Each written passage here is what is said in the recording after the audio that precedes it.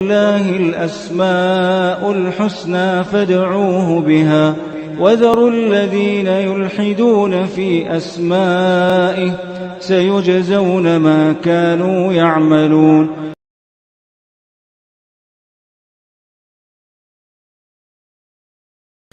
بسم اللہ الرحمن الرحیم الحمد للہ رب العالمین وبہ نستعین وصلی اللہ وسلم علی سید الانبیاء والمرسلین وعلی آلہ واصحابہ اجمعین ومن تبعہم باحسان الی یوم الدین اما بعد. اللہ رب العالمین کے اسماء حسنہ اس کے صفات علیہ سے متعلق گزشتہ ہفتہ جو درس تھا، اللہ رب العالمین کا ایک عظیم نام المنان. المنان اس کا عربی زبان میں یعنی جس کا جو لغوی معنی ہے، اور پھر المنان اللہ سبحانہ و تعالیٰ کا جو ایک عظیم نام ہے، اس کا معنی اور اس سے متعلق آیات، احادیث اور اس نام کا ہماری زندگی سے کیا تعلق ہونا چاہیے، اور اس نام کی جو فضیلت ہے وہ سب جو ہے گزشتہ درس میں بتائی جا چکی ہیں. آج کے اس درس میں انشاءاللہ اللہ سبحانہ و تعالیٰ کا یہ جو عظیم نام ہے المنان، اللہ رب العالمین احسان کرنے والے ہیں. المنان احسان کرنے والے ہیں، تو اللہ رب العالمین کا احسان جو مخلوقات پر ہے، خصوصاً انسان پر، تو ظاہر بات ہے احسانات کی ایک لمبی فہرست ہے جسے انسان کبھی گن نہیں سکتا ہے. گننا چاہے تو اسے اس کا احاطہ نہیں کر سکتا ہے. ایسے میں ایک انسان کو اور خصوصی طور پر ایک مسلمان کو اس کا علم ہونا چاہیے کہ اللہ رب العالمین کے احسانات میں سب سے عظیم احسان کیا ہے. اللہ رب العالمین کا جو سب سے عظیم احسان ہے وہ نبوت ہے. اللہ رب العالمین نے قرآن مجید میں فرمایا وَلَقَدْ مَنَنَّا عَلَى مُوسَى وَهَارُونَ. اللہ رب العالمین نے موسیٰ اور ہارون علیہ السلام کو جو نبوت عطا فرمائی، وہ اللہ رب العالمین کا ایک عظیم احسان ہے. سب سے عظیم احسان تو اللہ رب العالمین کی طرف سے اسلام ہے، دین ہے. لیکن ایک بنیادی طور پر ایک عظیم احسان، کیونکہ سارے لوگ مسلمان جو ہوتے ہیں ان میں سے بھی نبی کی بات جو آتی ہے، نبوت والی جو بات آتی ہے، وہ اللہ رب العالمین کا نہایت عظیم احسان ہے. کیونکہ اس میں اللہ رب العالمین کی معرفت زیادہ رہتی ہے، اللہ سے تعلق زیادہ رہتا ہے، پھر نتائج کے اعتبار سے مقام اور مرتبہ بھی ویسے ہی بلند ہے اس احسان کے نتیجے میں. اسی لیے انبیاء علیہ السلام کی زبانی اللہ رب العالمین نے سورۃ ابراہیم میں نقل فرمائی. اللہ تعالیٰ نے کہا قالت رسلهم ان نحن الا بشر مثلكم ولكن اللہ یمن علی من یشاء من عبادہ. سارے رسولوں نے یہ بات کہی کہ ہم تو بس ایک بشر ہیں، ایک انسان ہیں. ظاہر بات ہے ولادت کے وقت ایک عام انسان ہی ہے، ان کے بھائی بہنوں کی طرح ان کا اپنا عام مقام ہے، معاشرے میں عام مقام ہے ان کا. یہ اور بات ہے کہ اوصاف اور نیک نیتی اور گناہوں سے دوری ان کا ایک بنیادی وصف رہتا ہے. لیکن جب نبوت ملتی ہے تو وہ اللہ رب العالمین کی طرف سے ان پر سب سے بڑا احسان ہوتا ہے. تو یہ ایک شخص پر اللہ رب العالمین کا بہت بڑا احسان ہے. اسی طرح سے ایک عظیم احسان رب العالمین کا، جو اس سے بڑا احسان کائنات میں انسان پر اس دنیا میں اور کوئی نہیں ہو سکتا ہے، وہ ہے اللہ کا دین اسلام. اللہ رب العالمین نے قرآن مجید میں اس بات کو متعدد مقامات پر بیان فرمایا. جیسے کہ اللہ رب العالمین نے سورۃ آل عمران میں بیان فرمایا لَقَدْ مَنَّ اللَّهُ عَلَى الْمُؤْمِنِينَ إِذْ بَعَثَ فِيهِمْ رَسُولًا مِّنْ أَنفُسِهِمْ يَتْلُو عَلَيْهِمْ آيَاتِهِ وَيُزَكِّيهِمْ وَيُعَلِّمُهُمُ الْكِتَابَ وَالْحِكْمَةَ وَإِنْ كَانُوا مِنْ قَبْلُ لَفِي ضَلَالٍ مُّبِينٍ. اس آیت کریمہ میں اللہ رب العالمین نے جو رسول اللہ صلی اللہ علیہ وسلم کو نبی بنا کر کے مبعوث فرمایا، یہ اہل ایمان پر اللہ رب العالمین کا احسان ہے. احسان عظیم ہے اللہ رب العالمین کا، نہایت عظیم احسان ہے. اللہ رب العالمین نے اسی لیے بیان فرمایا سورۃ الحجرات میں کہ جو لوگ یہ سمجھتے ہیں کہ ہم نے اسلام قبول کیا، ہم مسلمان ہیں، بھئی کس پر احسان جتا رہے ہیں آپ؟ یہ اللہ کا احسان ہے کہ اللہ نے آپ کو مسلمان بنایا. اللہ رب العالمین نے فرمایا سورۃ الحجرات میں یمنون علیک ان اسلموا قل لا تمنوا علی اسلامکم بل اللہ یمن علیکم ان ہداکم للایمان ان کنتم صادقین. تمہارے اسلام سے اللہ پر احسان نہیں جتا سکتے، رسول پر احسان نہیں جتا سکتے. اللہ کے رسول کی دین کی مدد کرنا، اس کے لیے انفاق خرچ کرنا یا ذاتی طور پر اللہ کی عبادت کرنا، بھی کس پہ احسان کر رہے ہیں؟ اللہ نے آپ پہ احسان کیا ہے، جو اللہ نے آپ کو مسلمان بنایا ہے۔ اسی لیے اہل جنت جب جنت میں چلے جائیں گے تو ایک دوسرے سے سوال کریں گے، وہ کیا بات تھی، کس مناسبت سے اللہ نے آپ کو جنت میں داخل کیا۔ سورۃ الطور میں اللہ نے بیان فرمایا وَأَقْبَلَ بَعْضُهُمْ عَلَى بَعْضٍ يَتَسَاءَلُونَ، ان میں سے کچھ لوگ کہیں گے قَالُوا إِنَّا كُنَّا قَبْلُ فِي أَهْلِنَا مُشْفِقِينَ فَمَنَّ اللَّهُ عَلَيْنَا وَوَقَانَا عَذَابَ السَّمُومِ، اللہ نے ہم پر احسان کیا کہ اللہ رب العالمین کی توفیق سے ہم ہدایت کو قبول کیے، ہدایت یافتہ ہوئے، اللہ کی دین کو قبول کیا اور آج جنت میں ہیں، اور اللہ نے ہمیں جہنم سے نجات دی۔ فمن اللہ علینا، یہ اسلام کی بنیاد پر اللہ تعالیٰ کا یہ سب سے عظیم احسان ہے۔ اب غور کیجئے کہ اللہ کے رسول علیہ السلام مکہ میں 13 سال تھے اور مدینہ گیا، اور مدینے کے لوگوں نے آپ سے جو تعاون کا وعدہ کیا تھا اس کو خوب نبھایا کہ اللہ نے انہیں انصار کہا، ان کو اللہ نے نام ہی دے دیا انہیں انصار۔ صحیح بخاری کی حدیث ہے نا کتاب المغازی کے، انس بن مالک رضی اللہ عنہ کہتے ہیں کہ اللہ نے ہمیں انصار کہا، والسابقون الاولون من المہاجرین والانصار، کتنی مرتبہ اللہ نے قرآن میں انصار کہا، اللہ نے انہیں انصار کہا، یعنی اتنے مخلص تھے وہ اللہ کی دین کی مدد کے لیے، حق ادا کر دیا انہوں نے، یہ تمغہ انہیں اللہ کی طرف سے ملا کہ آپ انصار ہیں۔ ان سب کے باوجود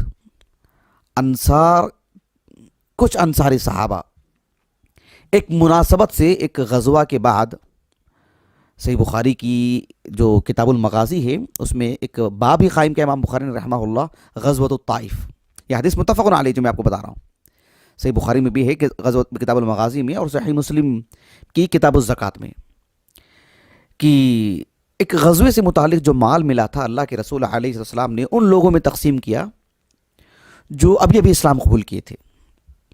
انصاری صحابہ کو نہیں دیا آپ نے، انصاری صحابہ میں سے سب نہیں، کچھ افراد سے ایسی بات ہوئی کہ وہ تھوڑی سی بیزارگی ہوئی ان کو کہ ہمیں اس میں سے کچھ نہیں ملا، حالانکہ ہم نے اتنا تعاون کیا، اتنی بھاگ دوڑ ہم نے بھی کی۔ ایک آیا خیال بحیثیت بشر، یہ جو حدیث مبارکہ میں آپ کو سنانے جا رہا ہوں، اس حدیث کے راوی خود ایک انصاری صحابی ہیں، عبداللہ بن زید ابن عاصم، معروف صحابی، 63 ہجری میں انتقال ہوا ان کا۔ ان کے بھائی بھی صحابی حبیب بن زید، جن کو مسیلمہ الکذاب نے قتل کر دیا تھا۔ تو یہ جو عبداللہ بن زید ابن عاصم صحابی ہیں رضی اللہ عنہ، کہتے ہیں کہ اللہ کے رسول نے صحابہ کو بلایا، وہ انصاری صحابہ کو، اور بلا کر کے کہا کہ یا معاشر الانصار، اے انصار کی جماعت، الم اجدکم ضلالا فہداکم اللہ بی، الم اجدکم ضلالا فہداکم اللہ بی، کیا جب میں یہاں پر آیا اور تمہارے پاس اللہ کا دین نہیں تھا، اسلام نہیں تھا، اللہ نے مجھے تمہاری طرف نبی بنا کر کے بھیجا، تم سیدھے راستے سے ہٹے ہوئے تھے، گمراہ تھے، گمراہی پر تھے، کہ اللہ تعالیٰ نے مجھے ذریعہ بنا کر کے تمہیں ہدایت یافتہ نہیں کیا ہے، مجھے ذریعہ بنا کر کے اللہ نے تمہیں دین اسلام نہیں دیا ہے؟ اللہ کے رسول نے پوچھا صلی اللہ علیہ وسلم ان سے، وَكُنْتُمْ مُتَفَرِّقِينَ فَأَلَّفَكُمُ اللَّهُ بِي، تم بالکل جماعت گروہ ایک دوسرے کے خون کے پیاسے، ایک دوسرے کے مقابل بٹے ہوئے تھے تم، کہ اللہ تعالیٰ نے میرے ذریعے سے تمہارے درمیان الفت نے پیدا کی، وَعَالَةً يُغْنِيكُمُ اللَّهُ مِنْ فَضْلِهِ، اور تم غریب تھے، فقر و فاقہ کے شکار تھے، اللہ رب العالمین تمہیں اس لائق بنایا، تمہیں اپنے قدموں پر مضبوط کیا، تمہیں مستحکم کیا، تمہیں مالی اعتبار سے مضبوط کیا تم کو اللہ نے، کہ سب اللہ رب العالمین نے مجھے نبی بنا کر کے تمہارے درمیان بھیج کر کے تم پر یہ احسانات نہیں کیے۔ یہ بات سن کر کے دل نرم پڑ گئے۔ انصاری صحابہ نے کہا کہ یعنی اللہ و رسولہ امن، احسان تو اللہ اس کے رسول ہی کا ہے، بھئی ہمارا کیا ہے؟ اللہ نے ہمیں توفیق دی تو ہم آپ کے ساتھ ہیں، ورنہ پھر ہمارا کیا ہے؟ احسان تو آپ ہی کا ہے، بس اللہ کا احسان ہے، اور اللہ تعالیٰ کے ذریعے سے آپ کا احسان ہے۔ ایسی بات کہی انہوں نے۔ تو احسان تو اللہ کا ہے، احسان تو صرف اللہ کا ہے۔ اسلام کو قبول کرنے میں احسان ہے، یہ اللہ کی جانب سے احسان ہے۔ بندے کا کیا احسان ہے؟ بندہ کیسے احسان جتاتا ہے؟ یہ معمولی بات نہیں ہے۔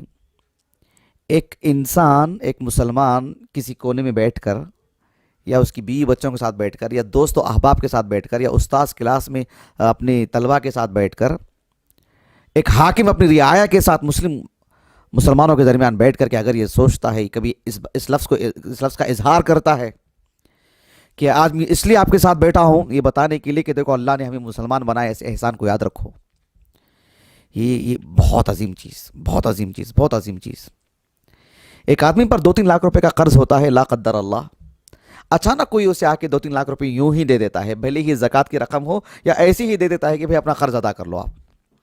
وہ قرض ادا کرنے کے بعد بیٹھ کے کیسے سوچتا ہے وہ، یا اللہ کتنی بڑی پریشانی میری دور ہو گئی۔ ایک طالب علم بیمار ہے اور امتحان کے دن قریب ہیں، اور اچانک وہ جو ہے بہرحال لڑ کھڑاتا جا کر کے جو ہے امتحان لکھ دیتا ہے، پھر پہلی پوزیشن پہ آ جاتا ہے۔ وہ حیران ہو جاتا ہے کہ وہ کیسے آ گیا، یہ کیسی اتنی بڑی آفت مجھ سے دور ہو گئی۔ ایک انسان جو ہے راستے میں جاتے رہتا ہے، تیز رفتار سے آنے والی کار اسے ٹکراتی ہے، پھر بھی صحیح سالم بچ جاتا ہے۔ سب کے لیے ایک تعجب کی بات، پھر بیٹھ کے سوچتا ہے وہ اللہ نے کیسے مجھے بچایا۔ تو ایسے انسان کی زندگی میں آنے والی جو پریشانیاں بیٹھ کے جو سوچتا ہے، ویسے ہی اس طرح سے بیٹھ کے سوچنا کہ بھئی اللہ نے مجھے مسلمان بنایا نا، میں کافر نہیں رہ گیا نا، میں اللہ نے مجھے مطیع فرمان بردار بنایا ہے، مجھے نافرمان تو نہیں بنایا نا اللہ نے۔ اس طرح کا بیٹھ کے سوچنا اتنی عظیم بات ہے۔ ایک حدیث مبارکہ ہے صحیح مسلم کی، صحیح مسلم جو معروف حدیث کی کتاب ہے، اس میں ایک کتاب ہے کتاب الذکر والدعاء۔ ابو سعید الخدری رضی اللہ عنہ کہتے ہیں کہ معاویہ بن ابی سفیان رضی اللہ عنہما نے کہا کہ رسول اللہ صلی اللہ علیہ وسلم ایک مرتبہ آئے اور کچھ صحابہ بیٹھے ہوئے تھے۔ اللہ کے رسول نے پوچھا کہ ما اجلسکم، کس مناسبت سے تم یہاں جمع ہوئے ہو اور کس مناسبت سے بیٹھے ہو، کون سی بات تم یہاں بٹھائی ہے، تم کو کیا بات چیت ہو رہی ہے؟ صحابہ نے کہا کہ اے اللہ کے رسول جلسنا نذکر اللہ ونحمدہ علی ما ہدانا للاسلام ومن بہ علینا۔ اے اللہ کے رسول ہمارے بیٹھنے کا مقصد صرف یہ ہے کہ ہم اسی بات کا چرچا کر رہے تھے، ذکر کر رہے تھے اور اللہ کی تعریف کر رہے تھے کہ اللہ نے ہمیں مسلمان بنا دیا، اللہ نے اسلام دے کر کے ہم پر احسان کیا ہے۔ یہی بات تھی جو ہم باتیں کرتے ہوئے بیٹھے ہیں۔ یہ چھوٹی بات ہے کہ بتائیے آپ، چھوٹی بات ہے یہ؟ بالکل نہیں، بہت بڑی بات ہے یہ، بہت بڑی بات ہے کہ آدمی اس بات کے لیے آ کے جمع ہو جائے، بھئی میرے گھر میں آج دعوت ہے، سب آ جائیے، کھانے کو کھانا کھلا دیں گے ہم، لیکن میں اصل میں ایک بات بتانے کے لیے بلایا آپ لوگوں کو، وہ یہ ہے کہ یہ سوچنا چاہیے کہ ہم مسلمان ہیں۔ مطلب یہ ایک طرح سے ہم سمجھتے ہیں کہ یہ کون سے دور کا آدمی ہے، یہ بتائیے ہم مسلمان ہیں، لیکن نہیں، اس درد والا انسان کہاں ملے گا ابھی، اس فکر میں ڈوبا ہوا انسان کہاں ملے گا ابھی۔ ہم خطبے کے آغاز میں ممبر پر کہہ دیتے ہیں کہ اللہ کا احسان ہے کہ ہم مسلمان ہیں، ایک دن کی کانفرنس ہو تو ہم کہہ دیتے ہیں کہ ہم مسلمان ہیں، لیکن ہم اپنے پڑوسی میں سے، میں درس دینے والے کی بھی بات کر رہا ہوں، میں آپ کو میں کسی پہ تانے نہیں کس رہا ہوں، میں اپنی بات بھی لے لیتا ہوں، لیکن ایسا اتنا مزاج نہیں ہے نا کہ میں اپنے 2 دوستوں کو بلاؤں، پھر ذرا اہم بات کرنا ہے، کہاں بولیے میں وہاں آ جاتا ہوں، یہاں آپ ادھر آ جائیے، مجھے ایک اہم بات کرنا ہے یہ بتانے کے لیے کہ اللہ نے ہمیں مسلمان بنائے ہیں، دیکھو کتنا بڑا احسان ہے۔ میں سوچتے رہ جاتا ہوں، بس اپنی بیوی بچوں کو جمع کر کے بولوں یا اپنے دوست احباب میں بولوں کہ دیکھو اللہ نے مجھے مسلمان بنایا ہے۔ ایک کانفرنس میں ایک جو ہے جمعہ کے خطبے کے آغاز میں کہہ دینا، ایک رسمی باتیں بھی ہو جاتی ہیں کبھی کبھار، چاہے نہ چاہے دل سے نکل جاتی ہیں، وہ ایک دینی مجلس، ایک حساسیت رہتی ہے اس میں، لیکن آدمی اس فکر میں ڈوبا ہوا ہو، یہ واقعی بہت بڑی بات ہے۔ تو صحابہ نے جب یہ بات کہی کہ ہم اس مقصد کے لیے بیٹھے ہیں، تو اللہ کے رسول نے سوال کیا اللہ اجلسکم الا ذاک، بتاؤ اسی مقصد کے لیے بیٹھے ہو تم، دوسری کوئی بات نہیں تھی، یہی بات تھی واقعتاً۔ اللہ کے رسول کے صحابہ نے کہا کہ واللہ ما اجلسنا الا ذاک، اے اللہ کے رسول اللہ کی قسم اسی مقصد کے لیے ہی ہم بیٹھے ہیں، اسی بات نے ہم یہاں بٹھائی ہے، دوسری کوئی بات نہیں۔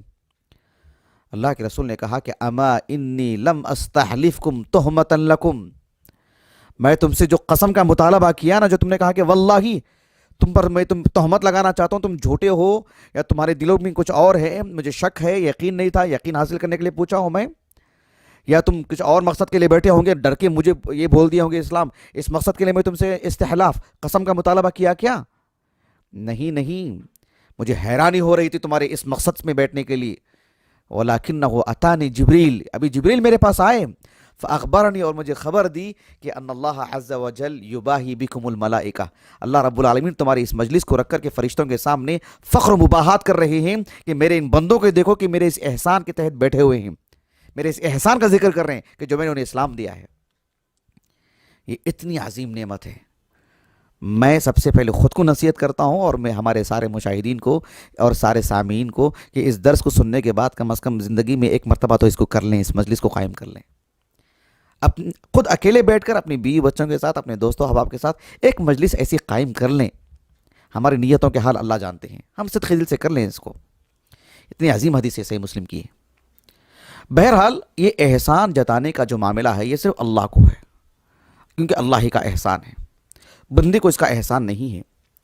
یوسف علیہ السلام نے جب ان کے بھائیوں سے ملا، ان کے بھائیوں نے جب کہا، جو سورہ یوسف کی آیت ہے، قالوا أئنك لأنت يوسف قالوا أئنك لأنت يوسف قال أنا يوسف وهذا أخي قد من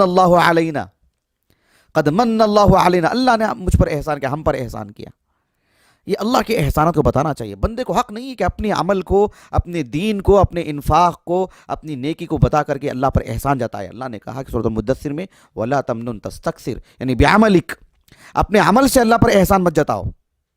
کسی پر بھی احسان جتانے کا حق وہ ہمارے لیے نہیں ہے، وہ ہمیں زیب نہیں دیتا ہے. اللہ کے ہاں یہ بہت بہت ناپسندیدہ بات ہے.